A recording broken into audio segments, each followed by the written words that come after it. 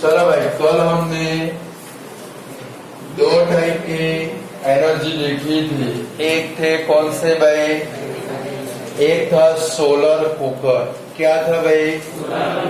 तो solar cooker के अंदर जो टेम्परेचर मेंटेन होता है वो कितना टेम्परेचर मेंटेन होता है भाई? 100 टू। और इसके अंदर कौन से टाइप के फूड हम लोग प्रिपेयर कर सकते हैं भाई? चलो, उसके एडवांटेज कौन से थे सोलर कुकर के? फर्स्ट तो क्या था भाई? कंबक्शन के लिए कोई भी टाइप के फ्यूल की जरूरत। सेकंड नंबर कैसा है भाई? Maintenance is negligible. Third number poisonous gases release होते। फिर फूड का क्या आता है भाई? नेचुरल टेस्ट, यानी कि न्यूट्रिएंट है वो क्या होती है भाई? कंजर्व। और कोई भी स्पेशल अटेंशन की जरूरत पड़ती बराबर। इसके बाद में सोलर सेल देखा था। क्या देखा था भाई? Solar cell. तो सोलर सेल का प्रिंसिपल कौन सा है भाई? डायरेक्टली कन्वर्ट सोलर एनर्जी तो सोलर सेल बनाने के लिए कौन सी मेटल यूज होती है भाई? यानी कि सोलर सेल पैनल बनाने के लिए कौन से दो मेटालिक एलिमेंट यूज होते? सिलिकॉन। और दूसरा किसका यूज होता है भाई? सिल्वर। किसका यूज होता है भाई? क्लियर? ये याद रखना है। गाला के कोई पेपर के अंदर एक क्वेश्चन है, बराबर है कि भाई सोलर सेल पैनल बनाने के लिए कौन से दो मेटालिक एलिमेंट यूज होते?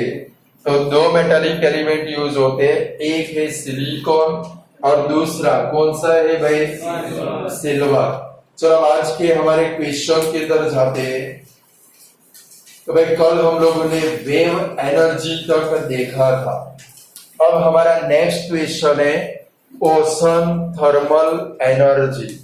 तो भाई write a short note on ocean thermal energy.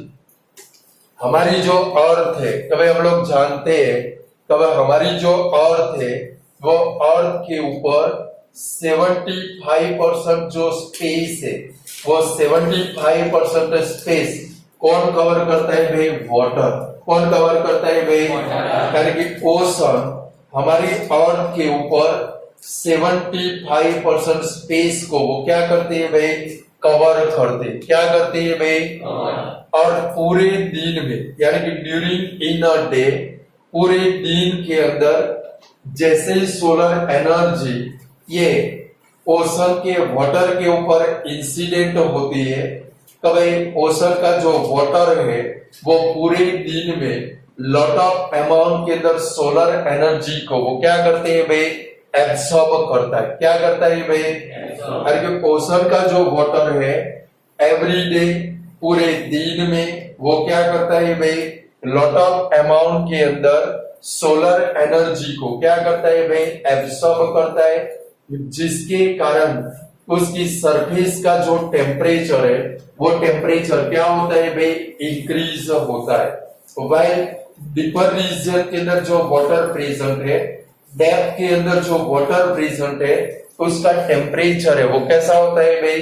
Less होता है। कैसा होता है भाई? अरे कि अर्थ के ऊपर 75% स्पेस को कवर कौन करते हैं भाई? ओशन करते। कौन करते हैं भाई? ड्यूरिंग डे, पूरे दिन में ये जो ओशन की सरफेस का वाटर है वो वाटर लॉट ऑफ अमाउंट के अंदर, लार्ज अमाउंट के अंदर सोलर एनर्जी को क्या करता है भाई? एब्सॉर्ब करता है, जिसके कारण उसकी सरफेस का जो टेम्परेचर है वो टेम्परेचर क्या होता है भाई? इंक्रीज होता है।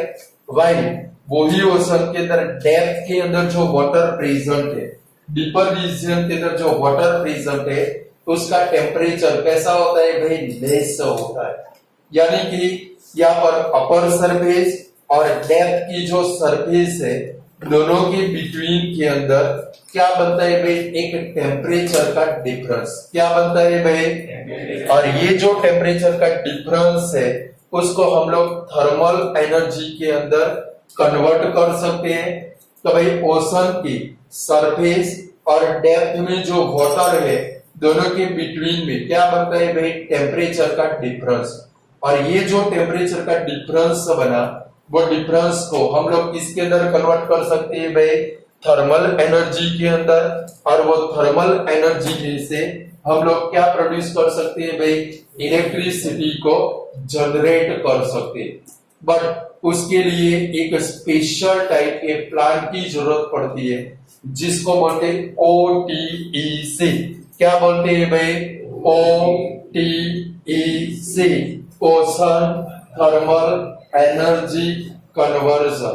तो भाई ओटीसी का फुल फॉर्म कौन सा है भाई, ocean thermal energy conversion. Clear.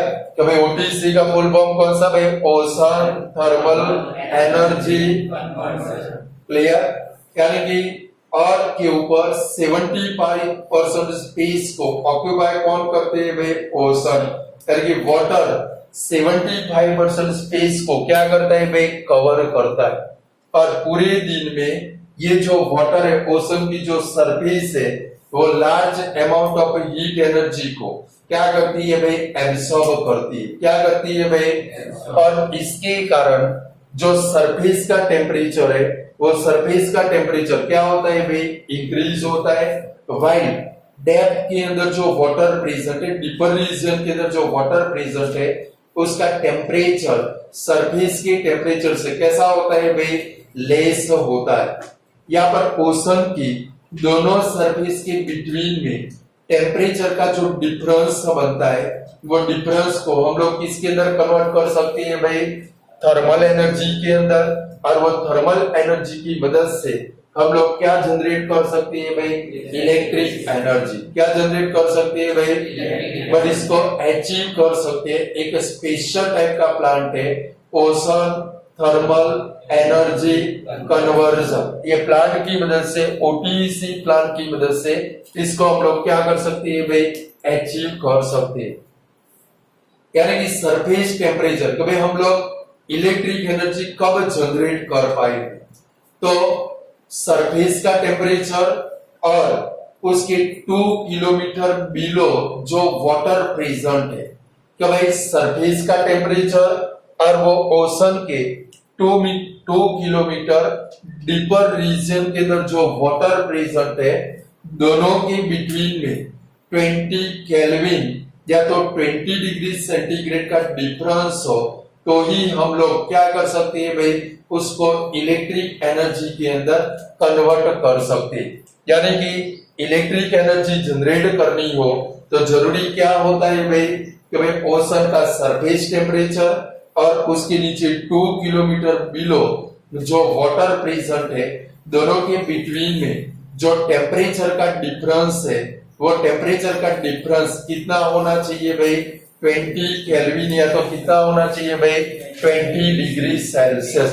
Underline करो, उसके नीचे बैठे मत रहो डफोड़ लोगो, ये एमसीक्यू में आएगा। कहां पर आएगा भाई, पता मार गया। अच्छा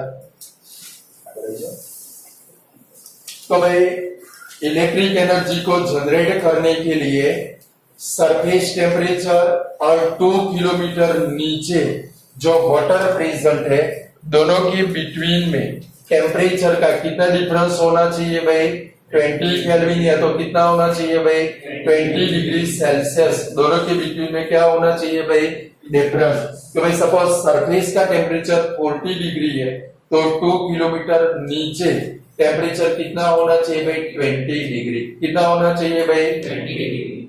यानी कि जो सरफेस का जो वार्म वाटर है, कौन सा वाटर है भाई, तो भाई सरफेस के ऊपर जो वार्म वाटर प्रेजेंट है, वो वार्म वाटर की मदद से एमोनिया जैसे मॉलिक्यूल को हम लोग वेपर के अंदर कन्वर्ट कर सकते हैं।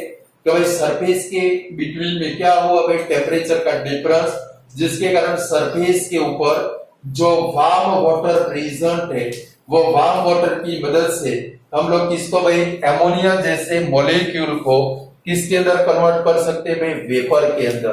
किसके अंदर भाई, और ये वेपर की मदद से हम लोग क्या रनिंग करवा सकते हैं भाई, टरबाइन को क्या करवा सकते हैं भाई, रोटेट करवा सकते हैं। रनिंग करवा सकते हैं और इसकी मदद से हम लोग क्या जनरेट कर सकते हैं भाई, इलेक्ट्रिसिटी को क्या कर सकते हैं भाई, जनरेट कर सकते हैं। ये जो पूरी थियरी है उसको क्या बोलते हैं भाई, ओशन थर्मल एनर्जी। क्या बोलते हैं भाई, तो भाई ओशन के अंदर थर्मल मीन्स जो हीट एनर्जी है, वो हीट एनर्जी को हम लोग क्या कर सकते हैं भाई, इलेक्ट्रिक एनर्जी के अंदर कन्वर्ट कर सकते हैं। क्लियर भाई। तो हमारी अर्थ की सरफेस के ऊपर 75% क्या प्रेजेंट है भाई, वाटर यानी कि ओशन प्रेजेंट है। और पूरे दिन में ये जो वाटर है वो क्या करता है भाई, लॉट ऑफ अमाउंट के अंदर, लार्ज अमाउंट के अंदर हीट एनर्जी को वो क्या करता है भाई, एब्सॉर्ब करता है। क्या करता है भाई, और इसके कारण इसकी सरफेस का टेम्परेचर कंटिन्यूअसली क्या होता है भाई, इंक्रीज। वही डीपर रीजन के अंदर, डेप्थ के अंदर जो वाटर प्रेजेंट है उसका टेम्परेचर कैसा होता है भाई, लेस।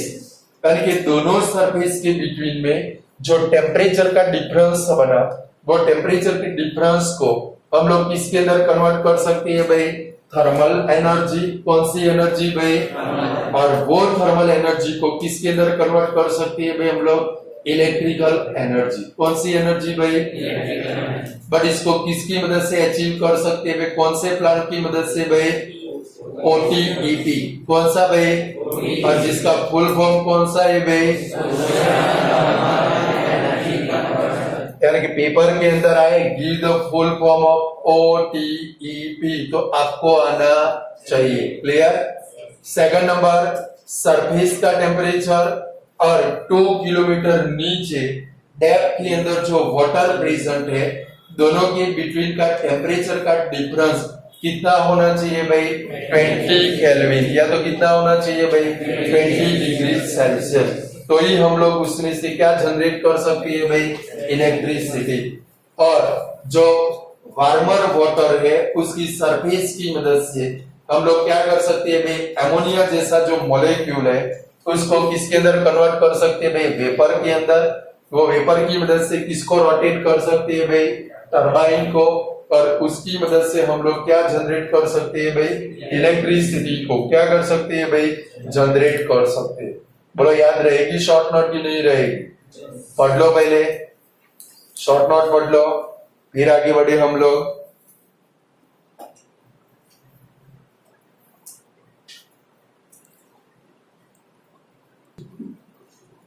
चलो भाई, इसके बाद में नेक्स्ट शॉर्ट नोट है जियोथर्मल एनर्जी। तो भाई write a short note on a geothermal energy. Geo का मतलब क्या होता है भाई, सिम कार्ड। क्या होता है भाई, जियो का सिम कार्ड जो 4G है। क्या है भाई, अरे डबड़ो जियो नो मतलब 4G ना થાય લે, जियो એટલે और શું થાય भाई, थर्मल यानी कि हीट एनर्जी। कौन सी एनर्जी भाई, और इसके ऊपर से आई कौन सी एनर्जी भाई, जियो थर्मल एनर्जी। यानी कि अर्थ में से जो भी एनर्जी ऑब्टेन होती है वो एनर्जी को क्या बोलते हैं भाई, जियोथर्मल एनर्जी। यानी कि उसकी डेफिनेशन है कि भाई the energy which is obtain from the earth is called geothermal energy. बोलो what is called geothermal energy,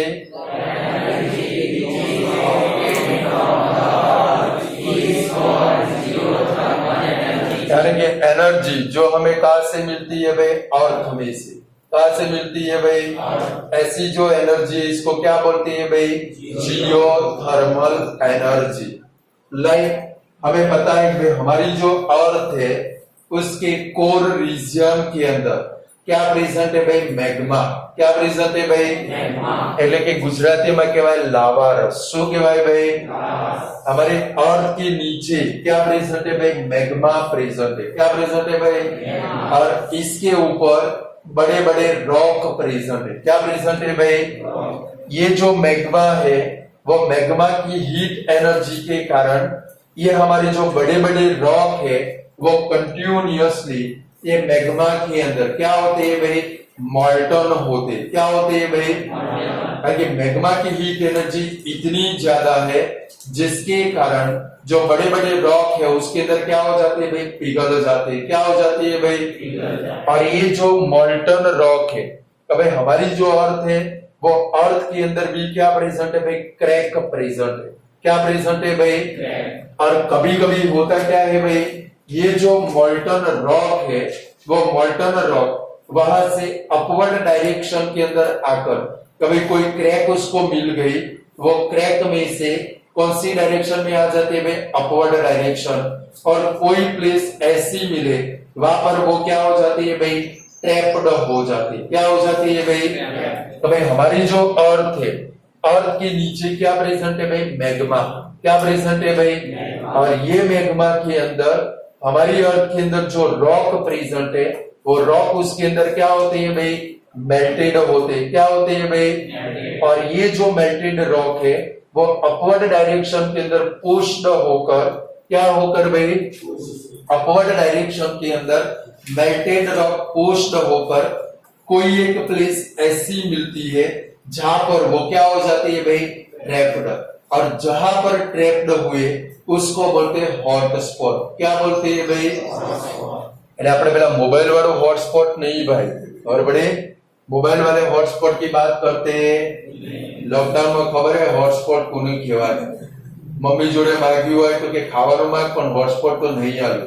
પપ્પા જોડે માંગ્યું હોય પપ્પા શું કે ભાઈ તારે જે લેવો હોય કે આઈસ્ક્રીમ ખાવ તો આઈસ્ક્રીમ કરો પણ હોટસ્પોટ નહીં આવે, કારણ કે ખબર હતી હોટસ્પોટ આ લે તો થાય ભાઈ નેટના ભૂખા ઉડી જાય। પપ્પા કે હજી મારે તો ફેસબુક જોવાની બાકી છે, પેલો ઇન્સ્ટા જોવાનું બાકી છે, જોડે 5 લાખ 10 લાખ કમાઈ લેવાનો એમ કરતી, બરાબર। हॉटस्पॉट का गुजराती क्या होता है, गरम केंद्रीय बिंदु। क्या होता है भाई, ये कोईना जोड़े हॉटस्पॉट लेवू होय तो हूं कहेवानुं भाई तारो गरम केंद्रीय बिंदु आपने बेला खबर बेटे डबल हॉटस्पॉट आले छोड़। तो भाई हमारी अर्थ के अंदर क्या प्रेजेंट है भाई, मैग्मा। क्या प्रेजेंट है भाई, और वो मैग्मा के कारण जो रॉक है उसके अंदर क्या होते हैं भाई, मेल्टेड होते हैं। और मेल्टेड रॉक है नीचे से अपवर्ड डायरेक्शन के अंदर क्या होते हैं भाई, पुश्ड होते हैं।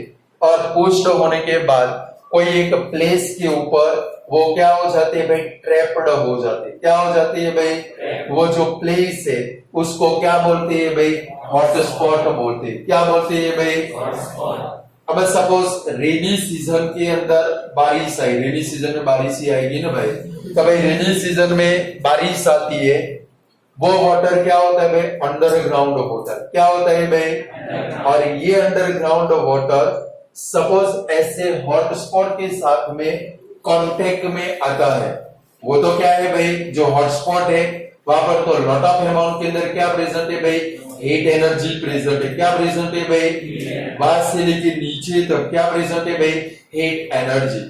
जैसे उसके साथ में वाटर कांटेक्ट में आता है, वो वाटर की क्या बनती है भाई, स्टीम। क्या बनती है भाई, अरे स्टीम का प्रेशर इतना बढ़ जाता है कभी वो प्रेशर के कारण स्टीम है वो क्रैक में से अर्थ के क्या बढ़ाती है भाई, बाहर की डायरेक्शन में, और वो स्टीम के साथ में जो अंडरग्राउंड वाटर है वो भी वहां से क्या हो जाता है भाई, बाहर चला आता है। इसको हम लोग क्या बोलते हैं भाई, हॉट वाटर स्प्रिंग। क्या बोलते हैं भाई, यानी कि ये जो हमारे हॉट स्पॉट है वो हॉट स्पॉट सपोज उसके साथ में अंडरग्राउंड वाटर कांटेक्ट में आए तो अंडरग्राउंड वाटर की क्या बनती है भाई, स्टीम बनती है। क्या बनती है भाई, और जैसे जैसे स्टीम बढ़ती जाए वैसे वैसे उसका प्रेशर क्या होगा भाई, बढ़ता जाएगा। क्या होगा भाई, और एक ब्लास्ट होगा। क्या होगा भाई, प्रेशर बढ़ गया तो क्या होता है भाई, ब्लास्ट। यानी कि वहां पर प्रेशर बढ़ गया तो स्टीम क्रैक में से क्या होती है भाई, बाहर आती है। कहां पर आती है भाई, और अपने साथ में वो गर्मा गर्म क्या लेकर आती है भाई, हॉट वाटर। क्या लेकर आती है भाई, उसको क्या बोलते हैं भाई, हॉट वाटर स्प्रिंग। क्या बोलते हैं भाई, हमारे गुजरात के अंदर ऐसे हॉट वाटर स्प्रिंग है। आपने नाम सुना हो तुलसी शाह, कौन सा भाई, विंटर सीजन ની અંદર ડિસેમ્બર માં ફરવા જવાનું, સોમનાથ દીવ આ બધે ફરીને રિટર્ન માં તુલસી શાહ આવવાનું। ક્યાં આવવાનું ભાઈ, और वहां पर ये हॉट वाटर स्प्रिंग है, पूरा कुंड है बहुत बड़ा, इसके अंदर अच्छे से 1 से 2 आवर तक स्नान कर रहा है। कितने आवर तक भाई? बॉडी के अंदर जितने पेन होंगे 1 साल के लिए रिलीज हो जाएंगे। क्या हो जाएंगे भाई? उसको बोलते हैं हॉट वाटर मसाज। क्या बोलते हैं भाई? 1 आवर 2 आवर तक स्नान करो, बहुत मजा आता है। और बॉडी में कोई भी टाइप का पेन हो, आप घर में गर्म पानी से नहाते हो, बराबर है, बट उससे बॉडी के अंदर कोई फर्क पड़ता नहीं है।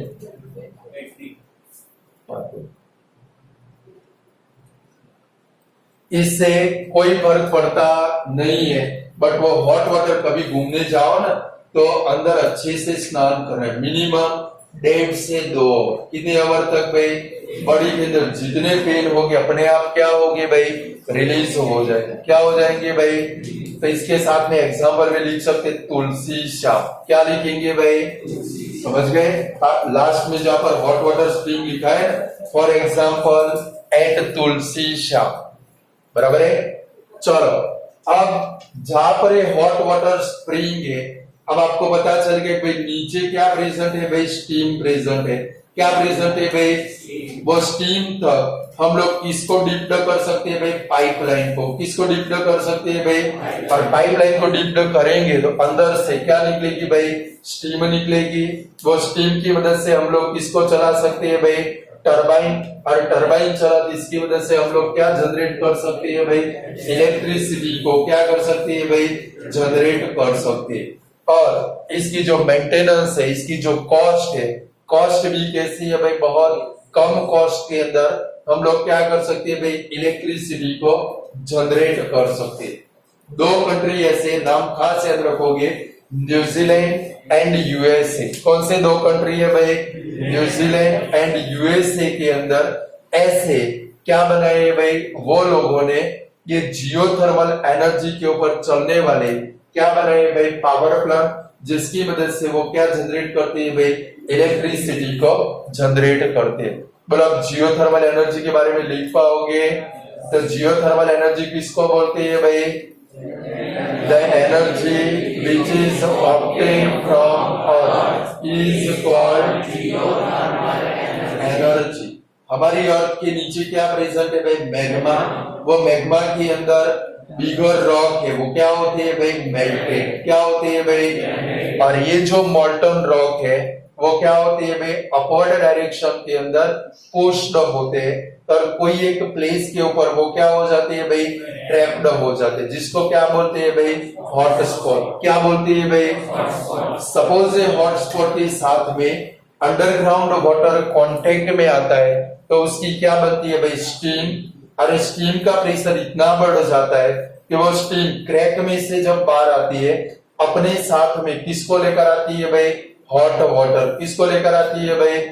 उसको क्या बोलते हैं भाई? Hot water spring. क्या बोलते हैं भाई? तो हम लोग जहां पर ऐसे हॉट स्पॉट हो वहां पर हम लोग क्या कर सकते हैं भाई? पाइपलाइन कर सकते हैं, उसकी मदद से स्टीम को बाहर निकाल सकते हैं और उसकी मदद से टरबाइन को रोटेट करवा के क्या जनरेट कर सकते हैं भाई? इलेक्ट्रिक एनर्जी को क्या कर सकते हैं भाई? जनरेट कर सकते हैं। और इसकी कॉस्ट है वो कैसी है भाई? एकदम लो कॉस्ट। कैसी कॉस्ट है भाई? और ऐसे पावर प्लांट कहां पर बनाए हुए हैं भाई? न्यूजीलैंड एंड यूएसए के अंदर। पढ़ लो पहले, चलो जल्दी फटाफट, फिर आगे बढ़े न्यूक्लियर एनर्जी के अंदर जाए।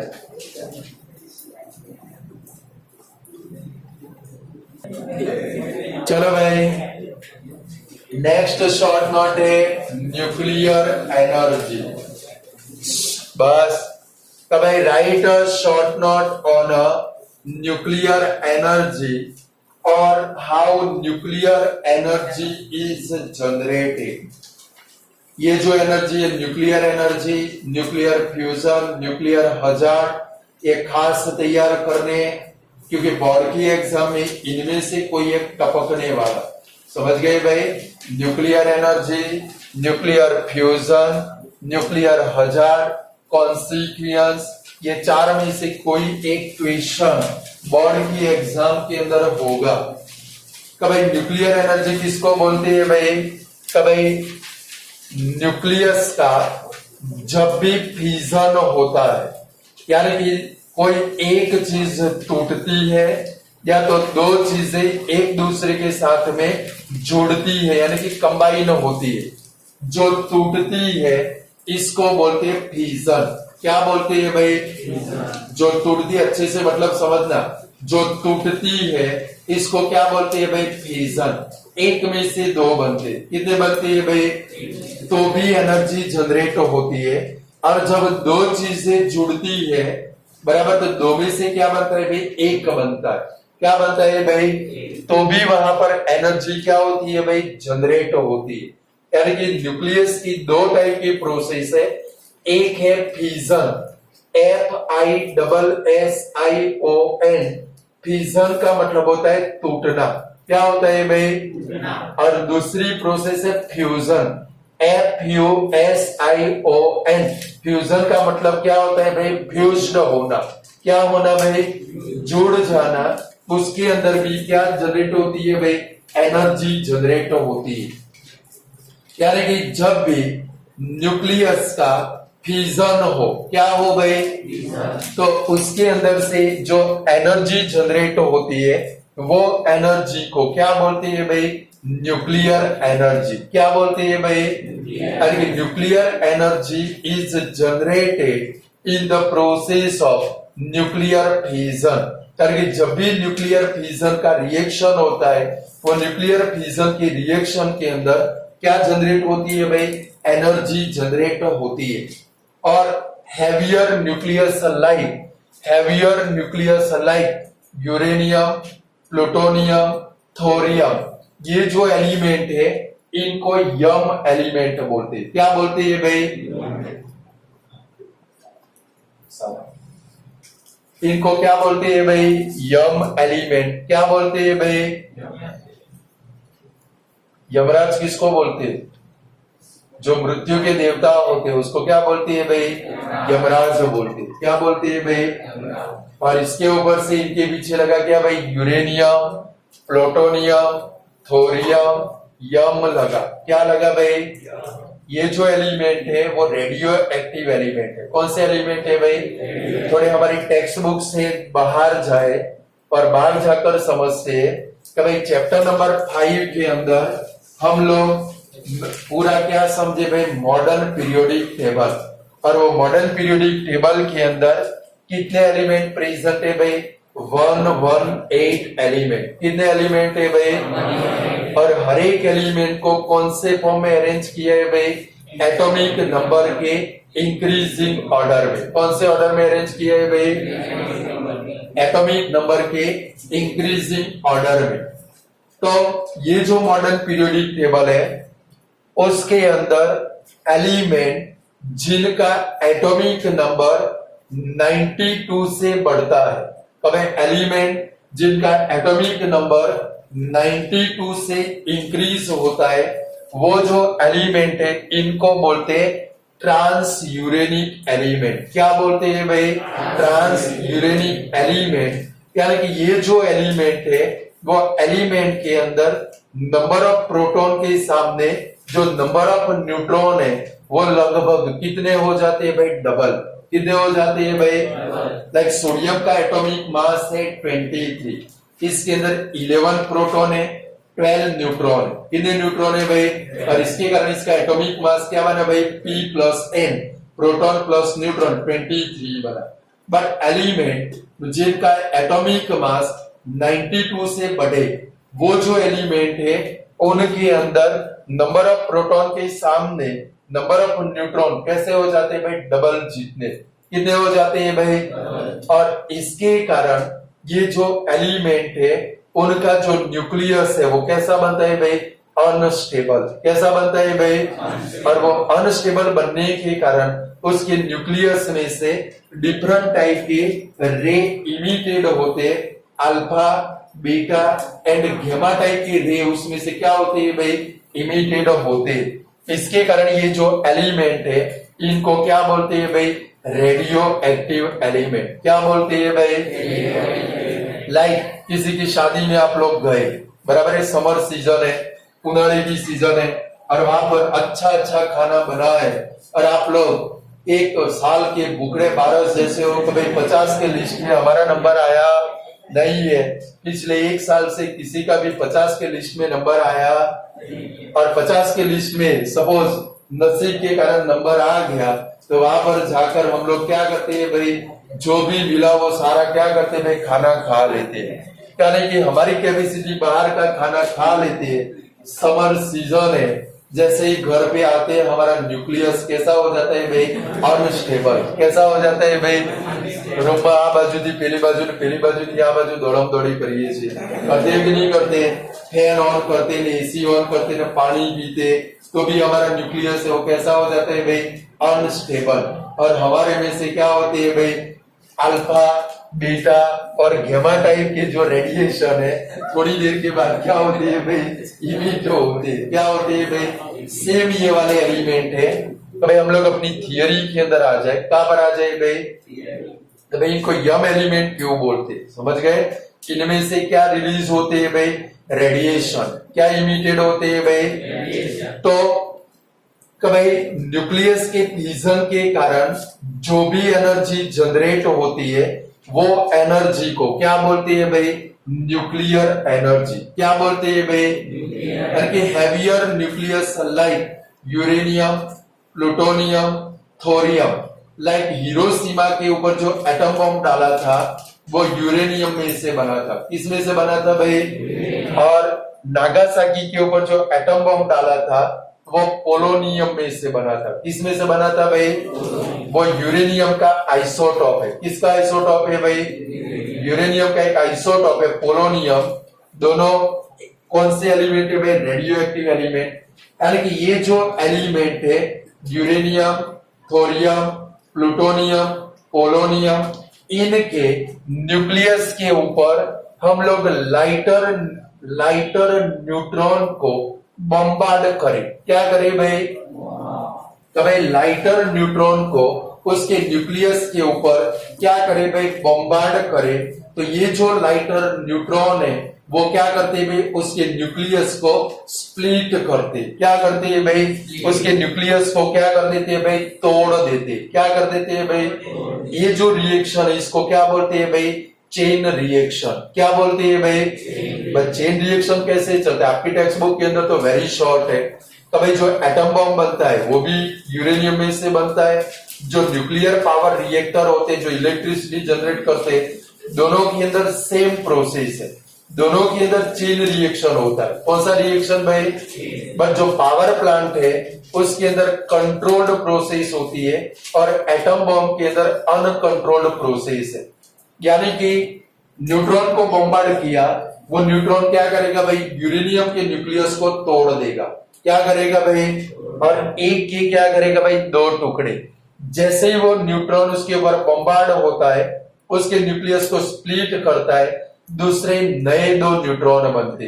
कितने न्यूट्रॉन बनते हैं भाई, एक पुराना था, दो नए बने। टोटल न्यूट्रॉन कितने हो गए, ये 3 न्यूट्रॉन मिलकर फिर से जो यूरेनियम है उसके न्यूक्लियस को फिर से वो क्या करते हैं भाई, फिजन करते, तोड़ते हैं। 3 तो हमारे क्या थे भाई, ओरिजिनल न्यूट्रॉन।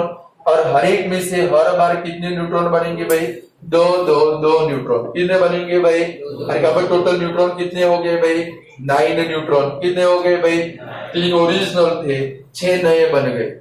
ये 9 मिलकर फिर से क्या करेंगे भाई, यूरेनियम के न्यूक्लियस को फिजन करेंगे तो नए 18 बनेंगे न्यूट्रॉन। पुराने कितने थे भाई, 9। टोटल न्यूट्रॉन कितने हो गए भाई, 27। और कंटिन्यूअसली ये फ्यूजन रिएक्शन होगा और न्यूट्रॉन की पूरी ये क्या बनेगी भाई, चेन बनेगी। क्या बनेगी भाई, और इसके कारण ये जो रिएक्शन है इसको क्या बोलते हैं भाई, चेन रिएक्शन। क्या बोलते हैं भाई, अरे जब भी heavier nucleus like uranium, thorium, plutonium, polonium के न्यूक्लियस के ऊपर लाइटर न्यूट्रॉन को बम्बार्ड करे, तो ये जो लाइटर न्यूट्रॉन है उसके न्यूक्लियस को क्या करता है भाई, स्प्लिट करता है। क्या करता है भाई, अरे स्प्लिट होने के कारण tremendous amount of energy release होती है। क्या रिलीज होती है भाई? ट्रमेंडस अमाउंट, जिसकी हम लोग कल्पना कर सकते नहीं है। कभी हिरोशिमा के ऊपर एटम बम डाला, विद इन सेकंड के अंदर वहां का टेम्परेचर 1000 डिग्री सेंटीग्रेड से ज्यादा हो गया। कितने डिग्री सेंटीग्रेड से भाई? विद इन सेकंड के अंदर वहां का टेम्परेचर कितना हो गया भाई? 1000 डिग्री सेंटीग्रेड से ज्यादा हो गया। यानी कि जब भी यूरेनियम का न्यूक्लियस का फिजन होता है, वहां पर ट्रमेंडस अमाउंट ऑफ क्या रिलीज होती है भाई? एनर्जी। क्या रिलीज होती है भाई? और एनर्जी किसके कारण रिलीज होती है? तो जो ओरिजिनल यूरेनियम का न्यूक्लियस, अच्छे से समझना वरना टप्पी नहीं पड़ेगी। तो भाई सपोज समझो, तो भाई हमारा जो ओरिजिनल यूरेनियम का न्यूक्लियस है, उसका मास है 4 ग्राम। कितने ग्राम है भाई? जब भी उसके ऊपर न्यूट्रॉन बम्बार्ड हुआ तो स्प्लिट हो गया। क्या हो गया भाई? 2 न्यूक्लियस के अंदर स्प्लिट हो गया। कि नए कितने न्यूक्लियस बने भाई? 2 न्यूक्लियस बने। ये जो नए 2 न्यूक्लियस बने, उनका जो मास है वो कितना हो जाता है भाई? 3.95 ग्राम। कितना हो जाता है भाई? ओरिजिनल न्यूक्लियस का मास कितना था भाई? 4 ग्राम। नया बना उसका कितना हो गया भाई? यानी कि यहाँ पर मास का लॉस कितना हुआ भाई? 0.5 ग्राम। कितना हुआ भाई? उसको मास डिफेक्ट बोलते हैं। क्या बोलते हैं भाई? अरे ये जो tremendous amount of energy release होती है, वो किसके कारण रिलीज होती है भाई? तो भाई ओरिजिनल न्यूक्लियस का जो एटॉमिक मास है, वो बनने वाले जो 2 नए न्यूक्लियस है उससे लिटल मोर देन होता है। कैसा होता है भाई? 4 ग्राम था, नया बना कितना भाई? 3.95 ग्राम। कितना मोर देन हुआ? ओनली 0.5 ग्राम। कितने ग्राम भाई? तो भी वहां पर क्या रिलीज होती है भाई? Tremendous amount of energy. और वो किसके कारण होती है भाई? मास डिफेक्ट के कारण। किसके कारण भाई? और उसके लिए एक फॉर्मूला है, अल्बर्ट आइंस्टाइन का फॉर्मूला। किसका फॉर्मूला भाई? तो भाई मास एनर्जी रिलेशन एक फॉर्मूला है, E = डेल्टा mc स्क्वायर। तो भाई अल्बर्ट आइंस्टाइन ने फॉर्मूला दिया था कि भाई न्यूक्लियर फिजन के कारण या तो न्यूक्लियर फ्यूजन के कारण जो एनर्जी रिलीज होती है, तो उसको आप किसकी मदद से काउंट कर सकते हो भाई? उसके फॉर्मूला की मदद से। और अल्बर्ट आइंस्टाइन का फॉर्मूला कौन सा था भाई? E = delta mc square. E को क्या बोलते हैं भाई? एनर्जी। क्या बोलते हैं भाई? डेल्टा m को क्या बोलते हैं भाई? Mass defect. क्या बोलते हैं भाई? और C का मतलब क्या होता है भाई? Speed of light in a vacuum. क्या होता है भाई? और वैक्यूम के अंदर लाइट की स्पीड कितनी है भाई? 3 मल्टीप्लाई 10⁸ मीटर पर सेकंड। लाइट नाम के चैप्टर में मैंने आपको सिखाया था, बराबर है? तो भाई वैक्यूम के अंदर, और रिफ्रैक्टिव इंडेक्स की डेफिनेशन, रिफ्रैक्टिव इंडेक्स की शॉर्ट नोट के अंदर भी लगभग 5-6 नंबर के पॉइंट में ये स्पीड ऑफ लाइट आता है। कभी वैक्यूम के अंदर लाइट की स्पीड कितनी है?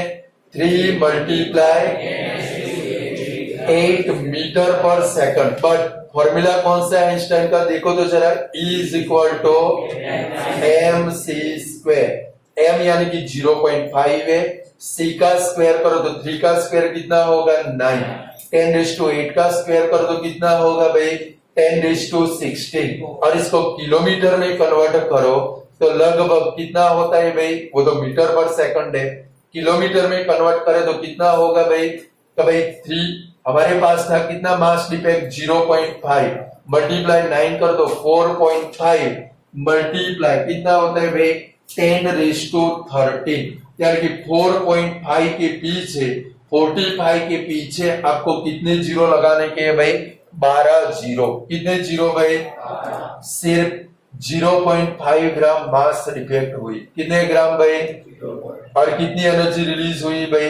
4, 5 और 45 के पीछे कितने जीरो लगाने पड़ेंगे भाई?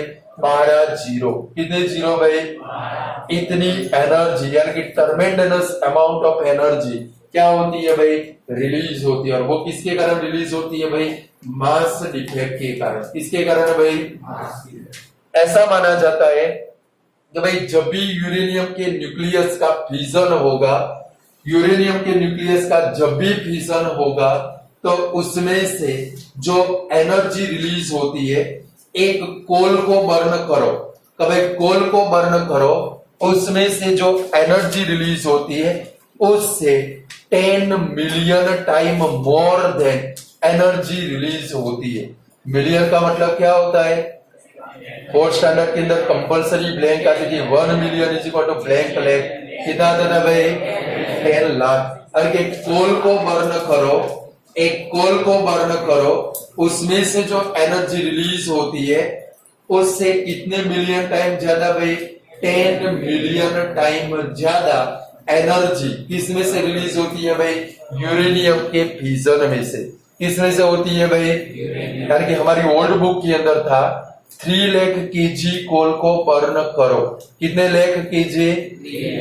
3 लाख किलोग्राम कोल ने बर्न करो, और जितनी हीट एनर्जी प्रोड्यूस होती है उतनी हीट एनर्जी सिर्फ 10 ग्राम यूरेनियम में से प्रोड्यूस होती है। कितने यूरेनियम में से भाई? 10 ग्राम का मतलब होता है 1 तोला सोना। क्या होता है भाई? तो भाई 3 लाख केजी कोल को बर्न करो, जितनी एनर्जी रिलीज होती है हीट एनर्जी, उतनी हीट एनर्जी सिर्फ कितने यूरेनियम में से बनती है भाई? 10 ग्राम यूरेनियम। कितने यूरेनियम में से बनती है भाई? क्लियर? हम समझ में आया कि भाई ट्रमेंडस अमाउंट ऑफ एनर्जी क्यों रिलीज होती है भाई? भाई जो ओरिजिनल न्यूक्लियस है उसका एटॉमिक मास बनने वाले 2 नए न्यूक्लियस से कैसा होता है भाई? Little more. कैसा होता है भाई? और जब भी यूरेनियम के न्यूक्लियस का फ्यूजन होता है उसके अंदर जो एनर्जी प्रोड्यूस होती है वो एनर्जी है वो कितने टाइम भाई? एक कार्बन बेस्ड कोल को बर्न करे उसमें से जो एनर्जी रिलीज होती है उससे 10 मिलियन टाइम कैसी होती है भाई? More than. कैसी होती है भाई? अब जहां पर बोलવાનું બધું બહુ સરળ છે, इजी છે। 10 ग्राम यूरेनियम लगाओ, लॉट ऑफ अमाउंट के अंदर क्या जनरेट होगी भाई? इलेक्ट्रिसिटी। बट इसके लिए किसकी जरूरत पड़ती है भाई? Nuclear power plant. किसकी जरूरत पड़ती है भाई? और जहां पर ये न्यूक्लियर पावर प्लांट बनाते, जहां पर ये न्यूक्लियर पावर प्लांट एस्टैब्लिश होते हैं, वो न्यूक्लियर पावर प्लांट के अंदर न्यूक्लियर फ्यूल के अंदर किसका यूज होता है भाई?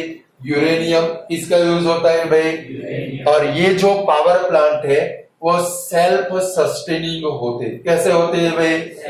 Self operating. कोई भी ऑपरेटर की जरूरत पड़ते, एक बार ये पावर प्लांट को ऑन किया तो 1 साल, 2 साल, 5 साल तक कंटिन्यूअस चलते। और इसके अंदर कौन सा रिएक्शन होता है भाई? Chain reaction. कौन सा रिएक्शन भाई? अरे पूरी सिस्टम है वो कैसी है भाई? Automatic system. कैसे सिस्टम है भाई? जहां पर ये न्यूक्लियर पावर प्लांट होती है ना भाई, उसको एस्टेब्लिश करने की कॉस्ट बहुत ज्यादा होती है। तो भाई जनरली जहां पर ये न्यूक्लियर पावर प्लांट बनाते उसकी वॉल जो होती है क्या होती है भाई? हमारे घर की वॉल है सिर्फ 9 इंच की होती है। कितने इंच की भाई? या तो 14 इंच की होती है। कितने की होती है भाई? बट ये जो न्यूक्लियर पावर प्लांट होते हैं उसकी वॉल 15 फीट की होती है। कितने फीट की होती है भाई? और वो सिर्फ और सिर्फ सीमेंट कंक्रीट में से बनती है। किसमें से बनती है भाई? अपनी ब्रिक्स माथी नहीं बनती, सीमेंट कंक्रीट। उसकी जो सीलिंग है, सीलिंग 20 फुट से ज्यादा हाइट वाली कितनी होती है भाई? આપણું ધાબુ તો આટલું જ હોય, 4 ઇંચનું હોય। કેટલા ઇંચનું હોય ભાઈ? ત્યાં 20 ફૂટની વાત છે। કેટલા ફૂટની વાત છે ભાई?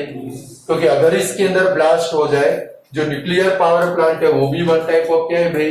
एटम बॉम्ब है। क्या है भाई? उसके अंदर ब्लास्ट हो जाए तो सब कुछ क्या कर देगा भाई? साफ कर देगा।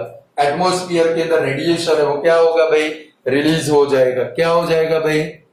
और इसके कारण बहुत सारी क्या लेनी पड़ती है भाई? केयर लेनी पड़ती है। क्या लेनी पड़ती है भाई? अरे कि जहां पर इलेक्ट्रिसिटी को जनरेट करने के लिए पावर प्लांट लगाते हैं, वो पावर प्लांट के अंदर जो फ्यूल है वो फ्यूल के अंदर किसका यूज होता है भाई? यूरेनियम जैसी मेटल का यूज होता है। ये सारे पावर प्लांट कैसे होते हैं भाई? Self sustaining. कैसे होते हैं भाई? इनके अंदर कौन सी प्रोसेस होती है भाई? Chain reaction. कौन सा रिएक्शन भाई? तो न्यूक्लियर पावर प्लांट के अंदर न्यूक्लियर बॉम्ब के अंदर न्यूक्लियर बॉम्ब के अंदर कौन सा रिएक्शन होता है? Chain reaction. या तो कौन सा रिएक्शन? Nuclear fission. कौन सा रिएक्शन भाई? भाई न्यूक्लियर बॉम्ब के अंदर, न्यूक्लियर पावर प्लांट के अंदर कौन सा रिएक्शन होता है भाई? Nuclear fission reaction. और इसके कारण tremendous amount of heat energy generate होती है। वो हीट एनर्जी की मदद से वाटर को क्या करते हैं भाई? स्टीम के अंदर कन्वर्ट करते हैं। और वो स्टीम की मदद से क्या चलता है भाई? टरबाइन। और वो टरबाइन की मदद से क्या जनरेट होती है भाई? इलेक्ट्रिक एनर्जी क्या होती है भाई? जनरेट होती है। बोलो न्यूक्लियर एनर्जी के बारे में लिख पाओगे या नहीं लिख पाओगे? और ऐसे न्यूक्लियर पावर प्लांट हमारे इंडिया के अंदर, नाम खास याद रखोगे कि भाई ऐसे न्यूक्लियर पावर प्लांट हमारे इंडिया के अंदर एक तो तारापुर के अंदर है। कहां पर है भाई? तारापुर। सेकंड नंबर राणा प्रताप सागर। कहां पर है भाई? राणा प्रताप सागर में। कल्पकम में कहां पर है भाई? नरोरा के अंदर। એટલે આપણું અમદાવાદનું નરોડા ના સમજતા, એની પાછળ ડબલાનો ડ આવે છે। કોનો ડ આવે છે ભાઈ? डबले का ड आता है और इसके पीछे र आता है। क्या आता है भाई? नरोरा के अंदर। और हमारे गुजरात के अंदर खास याद रखेंगे कहां पर है भाई? काकरापार। कहां पर है भाई? क्लियर? तो ऐसे न्यूक्लियर पावर प्लांट कहां पर एस्टेब्लिश हुई इंडिया के अंदर? फर्स्ट कहां पर भाई? तारापुर। कहां पर भाई? सेकंड नंबर कहां पर? राणा प्रताप सागर। Third number Kalpakkam. कहां पर है भाई? Fourth number Narora. और गुजरात के अंदर काकरापार। और ये जितने भी सारे न्यूक्लियर पावर प्लांट बनते हैं ना भाई, वो जनरली कोस्टल रीजन के अंदर बनते हैं। कहां पर बनते हैं भाई? क्योंकि इनको कंटिन्यूअसली वाटर की जरूरत पड़ती है। इसके अंदर एक सिस्टम होती है, कूलिंग सिस्टम। कौन सी सिस्टम भाई? तो भाई सपोज न्यूक्लियर पावर प्लांट को हमने बंद कर दिया। क्या कर दिया भाई? આપણે આ સ્વિચ બંધ કરીએ તો ટ્યુબલાઇટ તરત જ બંધ થઈ જાય। न्यूक्लियर पावर प्लांट के अंदर ऐसा होता नहीं है। एक न्यूक्लियर पावर प्लांट को आपने बंद किया, 6 मंथ तक आपको उसको कूलिंग करना पड़ता है। कितने मंथ तक भाई? 6 महीने तक उसको कूलिंग करना पड़ता है। 6 मंथ तक उसके अंदर क्या जनरेट होती है भाई? हीट एनर्जी जनरेट होती है। तो इसके कारण इन्हें लॉट ऑफ अमाउंट के अंदर वाटर की जरूरत पड़ती है। इसके कारण जनरली इसको कहां पर एस्टेब्लिश करते हैं भाई? Coastal region. कहां पर एस्टेब्लिश करते हैं भाई? क्लियर? अब समझ में आ गया? चलो छोटे छोटे क्वेश्चन है। तो भाई what is the full form of EV? EV नहीं भी, ईवी। ईवी का फुल फॉर्म है इलेक्ट्रॉन वोल्ट। क्या है भाई? फिर 1 electron volt is equal to कितने जूल होता है? तो भाई 1.602 મલ્ટીપ્લાય 10 રેઝ ટુ, આ બધું યાદ રાખજો। આ બધું બ્લેન્ક માં આવશે બોર્ડની એક્ઝામમાં। તો ભાઈ ईवी का फुल फॉर्म कौन सा भाई? Electron volt. 1 EV is equal to blank joule. कितने जूल होता है भाई? 1.602 मल्टीप्लाई 10 रेज़ टू, फिर 1 EMU। EMU का फुल फॉर्म होता है एटॉमिक मास यूनिट। कौन सा होता है भाई? ये भी ब्लैंक में आ चुका है भाई। 1 AMU is equal to blank MEV। MEV का फुल फॉर्म है मेगा इलेक्ट्रॉन वोल्ट। कौन सा है भाई? भाई 1 AMU is equal to blank MEV, तो 931 कितना होता है भाई?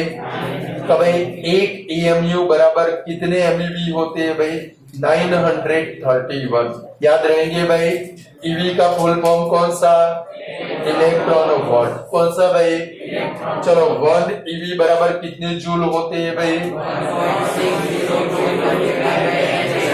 10⁻⁻19 जूल।